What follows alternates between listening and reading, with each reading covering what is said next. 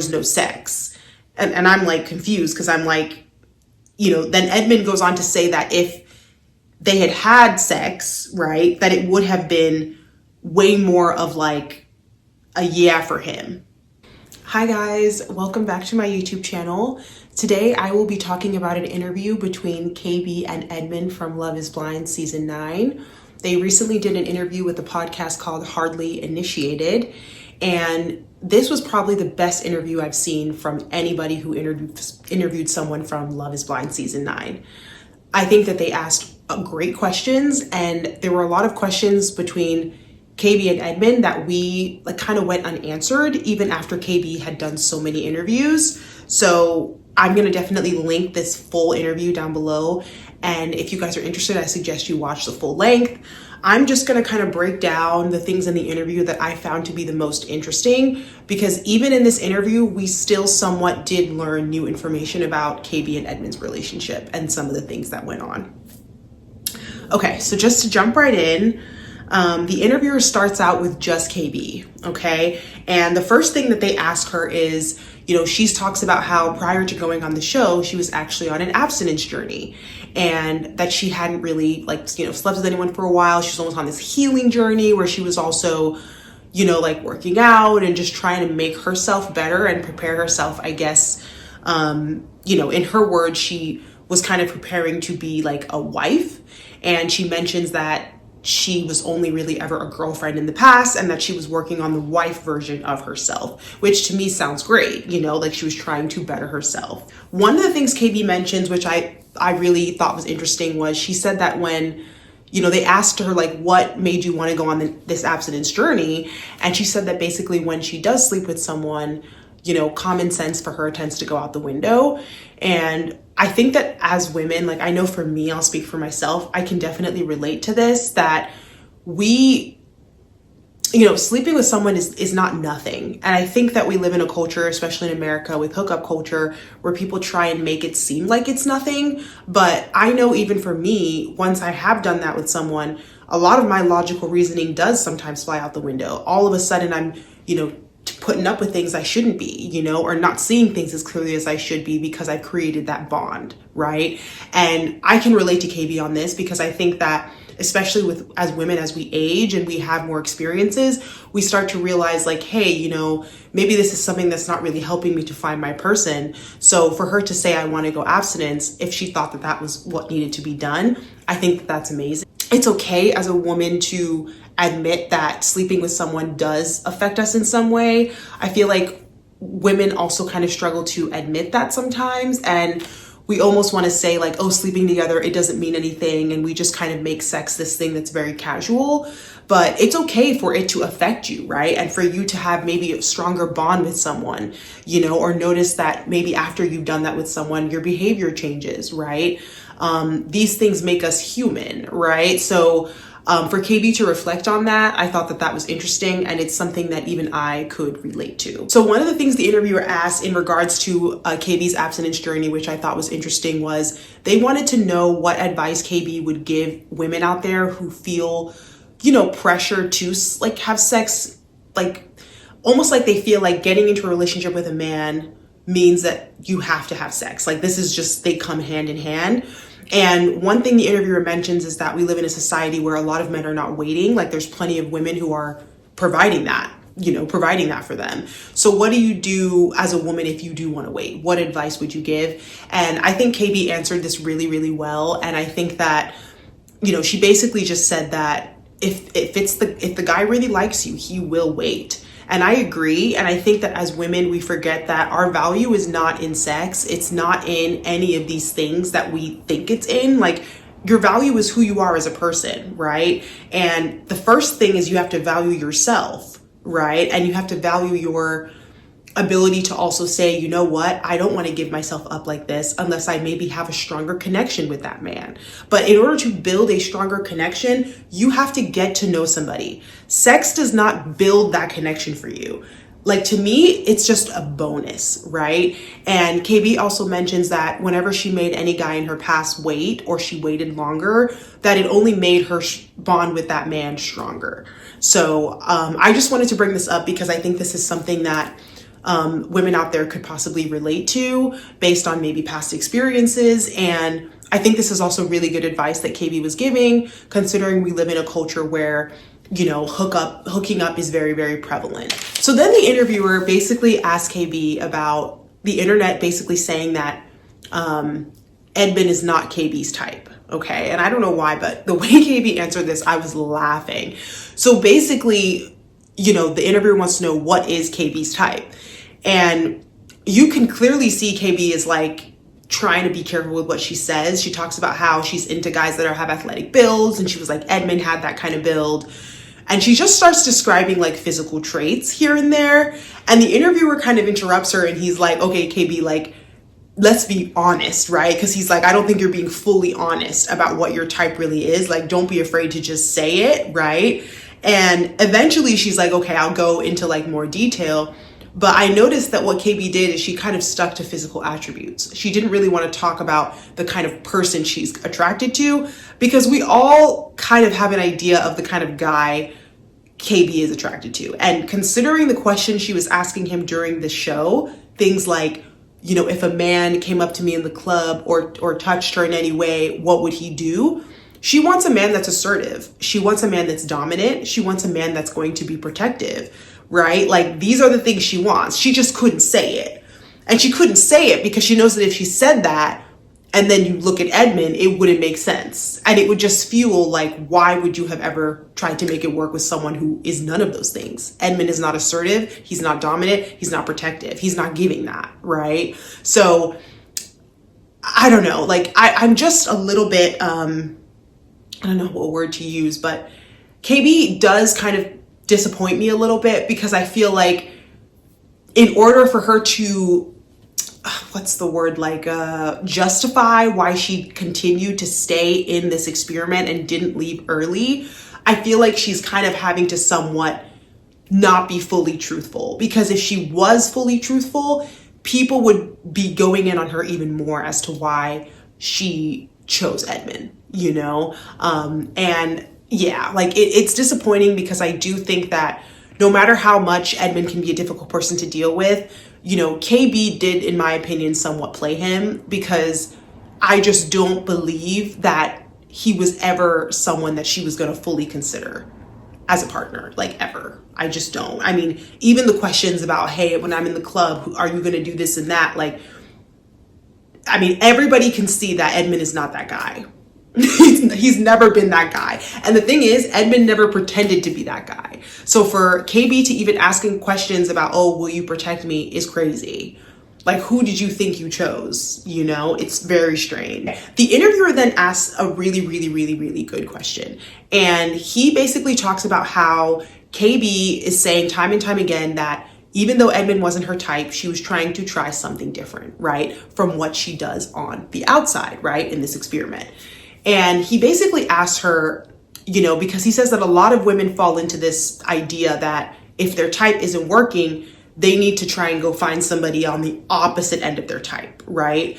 So he wants to know, what is the threshold, right, for trying something different, right? Meaning, like, at what point do you say, you know what, this different isn't working for me, I gotta go, right? And this is a great question, because obviously, as we know, we all feel like KB's stuck in this way too long. Like, I get that Edmond is not your normal type and you were trying something different, but something's got to give. At what point do you say enough is enough? And KB basically says that, you know, her experiment with the trial marriage would have been very different from how she would have reacted if she was seeing Edmond on the outside. And just to translate that, I know, you know, KB's probably saying that on the outside world, she wouldn't even have given Edmond nearly as many chances as she gave him on Love is Blind, right? Because she was trying to see the experiment through. This is what she says. But in the real world, there wouldn't have been an incentive to try so hard to make it work when there were so many reasons why it wasn't working. So I was like, okay, that's fair. You know, that makes a lot of sense. So then basically they get KB and Edmond together and we see them both appear on the screen, and the interviewer is talking to both of them now, right? So they kind of start with Edmond, and Edmond, you know, talks about how seeing the scene where he was basically crying over it seemed like he was crying over not being able to sleep with KB, was very scarring for him. And he goes on to explain that it seemed like KB was giving up a sacred part of herself to multiple other men prior to Edmond. So Edmond was like, well, if you can do it with them, why can't you do it with me? That was his logic behind it. And Edmond just says that he was sad and that it hurt his feelings to know that. And he basically says that, you know, the edits had him crying a lot and made him seem like he was emotionally unstable. And that he basically says that he'll never do that again. So he's basically saying that he's never going to cry, you know, in regards to anything in the bedroom again. And I'm like, yeah, thank God, because no matter what he was going through in that situation, it just looked manipulative. It looked bad. And I don't think that there's any way in this world that that scene with him crying could ever be spun to be like anything KB did wrong. You know, like, I don't think there's anything Edmond could even say to make it seem like he wasn't in the wrong. So I'm glad that in this interview, he didn't try and like explain. Like, I think he was just trying to explain what he was feeling when he was crying, but no matter what, the crying is unjustifiable. Like, and I think he's aware of that. So he's even saying like he won't ever do that again. And I'm like, yeah, don't ever do that again, because no, that's not what we do, you know? Okay. The interviewer then asked Edmond if he's ever dated a woman like KB before. And Edmond very candidly says, no, he hasn't. And that, you know, KB is like very, very beautiful. And that when he saw her, he was actually intimidated by her beauty. He also mentions that he can be insecure, because he thinks that in his mind, when he sees someone like KB, he's like, oh, a lot of men want her. And, you know, she was the first Black woman that he has ever like dated. And, you know, he was like, she's so beautiful and it's so intimidating. And then Edmond goes on to explain that when a woman is not as beautiful, that, you know, you can almost relax around them more. But when a woman is very beautiful, like KB, it's like, he basically was saying that he was more on guard and kind of more uptight. Like, it was harder for him to just let his guard down and relax. And I found this to be very interesting because, and another thing that Edmond says is that, you know, he basically honestly says that KB's beauty was like pressure for him, you know? And I thought this was interesting because Edmond like was really honest in saying that. And I appreciated him for saying that, because it made me realize that Edmond does have the ability to self-reflect, because I think that him admitting this kind of explains some of his other behaviors. And it also makes me wonder if the scene the alleged of him taking Casey to the bathroom, if he did that out of insecurity, because that whole thing to me was strange, only because he knew that KB was there. He knew that KB would see him with Casey trying to go wherever they were trying to go. Did he want KB to see that and make it seem like, hey, I have other options, because he was so insecure? Like, these are all the questions that are now going through my mind. But I thought that it was very commendable for Edmond to be so honest and kind of almost, like deeply think about how KB was making him feel, and, you know, explain that her beauty was intimidating for him and almost didn't make him fully act himself, right? And I'm bringing this up because I think that women don't realize sometimes like how we can affect men and how men see us sometimes. So I found this to be fascinating only because insecurity is a very tricky thing and it shows up in so many different ways. So even him like being able to say this out loud and explain that because of the way KB looked, it was harder for him to even fully act like himself and relax, I think also explains a little bit more of his behavior even throughout the show as well. So Edmond also goes on to say that he wasn't surprised that KB said no at the altar, even though he was ultimately hoping that it would have been a yes. So the interviewer asked Edmond why he would think KB could possibly say no. Like, what was his reasoning behind that? And he basically responds and says that there was no sexual chemistry. The interviewer is like confused because they're like, what do you mean no sexual chemistry? And then Edmond kind of corrects himself and he's like, oh, well, what he meant was that, you know, there was no sex. And I'm like confused because I'm like, then Edmond goes on to say that if they had had sex, right, that it would have been way more of like a yeah for him. Almost like his answer would have been more solidified. And I guess I'm confused because I'm like, after everything that's happened and him crying, during the show about this, why is he even bringing this up again? I personally find Edmond to be very strange. Why would you have having slept with her have changed or done anything to change your decision? Can you guys explain this to me? Because I'm so lost. And these are the reasons why I don't really understand Edmond, because sex aside, they were not compatible. The fighting was crazy. They're not compatible. So I'm lost because I'm of all the things we saw of them on camera and all the disagreements and the places where they were butting heads, you're telling me that it was the sex? You think that that's why? Edmond is so strange, guys. I don't understand him. I'm lost. Why are you still bringing this up and making it seem like it was part of huh? What does that have to do with anything? Oh my gosh. So Edmond then mentions that another reason, I guess, which to me, this is a more valid reason, because that first reason didn't even answer the interviewer's question fully. He's talking about himself and the fact that he wished that they had had sex before the marriage or before the altar. But, the interviewer's question was, do you know reasons why KB would have said no? What are the reasons in your mind? So Edmond explains that another reason was that when he met KB's friends, they didn't take well to him at all. And that if anything, they were kind of standing up for KB and very much supporting her. And KB then goes on to say that KB then explains that Edmond had asked her friends if they thought that KB and Calabria would get married in the end and say yes. And both of her friends quickly answered no.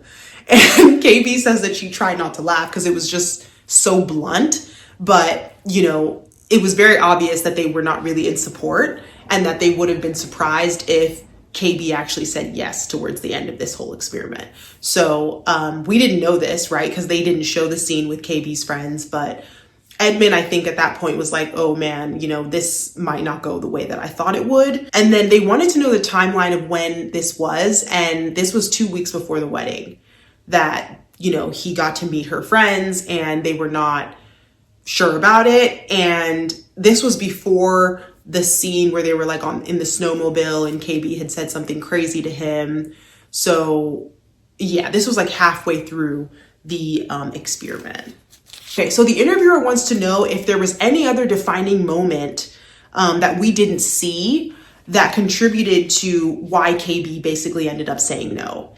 And I don't know why, but I was surprised that this was brought up again. KB basically brings up, Edmond taking Casey to the bathroom again. And Edmond immediately tries to clarify, and he ends up contradicting himself. He starts talking about the living room, how they were trying to go to the living room and you have to cross the bathroom to get to the living room I was like, what is going on? And at one point he says that he never took Casey to the bathroom. And then in the same breath, he says that he never did it again. So the interviewer is like, okay, I'm sorry. Let me clarify. What are you talking about? How are you saying you're never going to do something again that you said you originally never did, right? Because Edmond is claiming he never took Casey to the bathroom. So Edmond once again doubles down and says that he didn't take Casey to the bathroom and that he wanted to, take her to the hallway or something just to go talk, I guess, about their relationship, KB and Edmond's relationship. I don't understand this because I don't get in any world why you would need to take one of your fiance's friends to an area away from the group of people that you're with to talk about anything, especially in a place like the bathroom or any area, even if it's a hallway, but if it's a place that's people can't see you, why is that necessary? It's just strange behavior. And I wonder if this was done on purpose out of Edmond's insecurity. I don't know. Because KB's very beautiful. Obviously she, and I think that maybe I don't know, but something about that to me just doesn't sit well at all. And the fact that KB's bringing it up again this really bothered KB. You can tell because she brought it up in the interview with AD like maybe a couple days ago. She's bringing it up now. So this is something that stuck with her. And then KB doubles down. She says that Casey confirmed at the reunion that Edmond did try and take her to the bathroom. Unfortunately, that scene was cut from the reunion because we didn't get to see that. But KB's like explaining that Casey confirmed that this happened. Yeah, and then KB also goes on to say that when she did see what Edmond was trying to do with Casey while they were at this party or something, that his jaw dropped, you know, almost like in surprise, like, oh no, I've been caught. Which I'm like, you know, if you're doing something that I feel like the only reason your jaw would drop when someone sees you doing something is because you're guilty of something like that you shouldn't be doing. Or else why are you in surprise? And then KB goes on to say she didn't like that Edmond basically gaslit her, you know, after this, and was saying things like, do you think I'd be able to pull a girl like Casey? Or, you know, just crazy things. And in my head, I'm like, when somebody did something that they're not supposed to do, your answer should just be like, oh, I'm sorry, I didn't mean to do that. So after some back and forth between KB and Edmond, you know, the interviewer asks again, only because it's still not clear after all of this. They ask Edmond again, like, did you take Casey to the bathroom? Edmond once again says no, that he didn't do it. So he's still standing 10 toes in, he did not do this. And he says that if he saw KB take a guy to the bathroom, that he basically makes up the scenario. And Edmond is saying that if he saw KB take a guy to the bathroom, that he would just ask KB about it, you know, and that he wouldn't jump to conclusions or immediately get angry. The interviewer literally interjects and they're like, oh, hold up. Like, I would not like it if I saw my girl taking a guy to the bathroom. That shouldn't even be happening, you know, basically in support of KB. Like, there's no way you're going to see your partner taking someone to the bathroom and you're going to be okay with that. And you'll be like, oh, we'll just talk about it later. No. And this is where, like, I don't think, like, Edmond is a difficult person. I'm standing in that. Like, whoever gets with Edmond, good luck. Like, I don't want to be mean, but like, to me, you know, when it's like 1 + 1 = 2, I feel like to Edmond, 1 + 1 = 3. The math is not mathing with this man. Like, why? No, being in a relationship with someone like this would be hell. I'm so sorry. Like, you'd have to explain everything to them. This is common sense. Like, you are not going to be happy seeing your significant other taking someone of the opposite sex to any bathroom. Nobody's going to be happy about that. Like, and the fact that he came up with that scenario to try and justify, like, something's not right. Something is just not right. KB dodged a bullet. I'm so sorry. Like, no. Okay, so then the interviewer brings up a photo of Casey, and I don't know why they did this, but I felt like they were low-key clowning Casey, almost to be like, this is the girl in question that, you know, Edmond was taken to the bathroom, you know, while KB was sitting there. Like, almost like this is the girl that he was trying to be doing all that with. And I don't know why, but I felt like they were low-key laughing and like trying to compare. Yeah, and once again, like, I just think that whole thing was done out of insecurity, because there's no reason why you should be trying to take another woman to the bathroom. There's just no reason. Yeah, so then the interview basically kind of comes to an end, and the last thing that they asked that I thought was like interesting is they wanted to know if Edmond thinks that if KB and Edmond had both said yes at the altar and got married, if he thinks that it would have worked, right? And Edmond like lights up when this question's like asked, and he's like smiling, and he says definitely that it would have worked, and says something like he had no reason, or he had every reason. I'm sorry. He says he had every reason to say yes. Lord Jesus, guys. And this is another where I'm just like, what are you talking? You had every reason to say yes? That's crazy. He definitely didn't have every reason to say yes. I'm not saying that it should have been a hard no for Edmond, but like, there were definitely issues with their relationship, and that's okay to admit. And this is something with Edmond that I have noticed where I don't think he's living in reality. At one point in this interview, KB mentions that Edmond never really seemed to have dealt with things with his mom.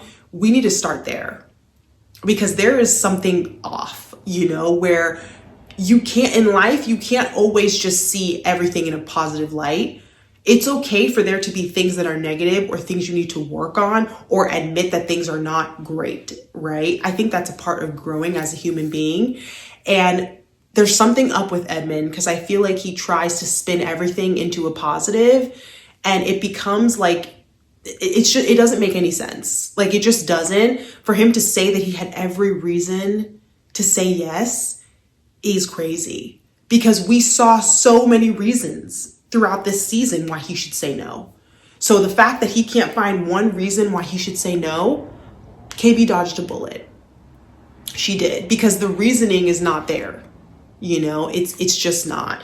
But all in all, I thought this was a great interview. I learned new things that I didn't know before. And I think part of me kind of discovering these things was the interviewer was just great at asking the right questions, the questions that us as viewers wanted to know.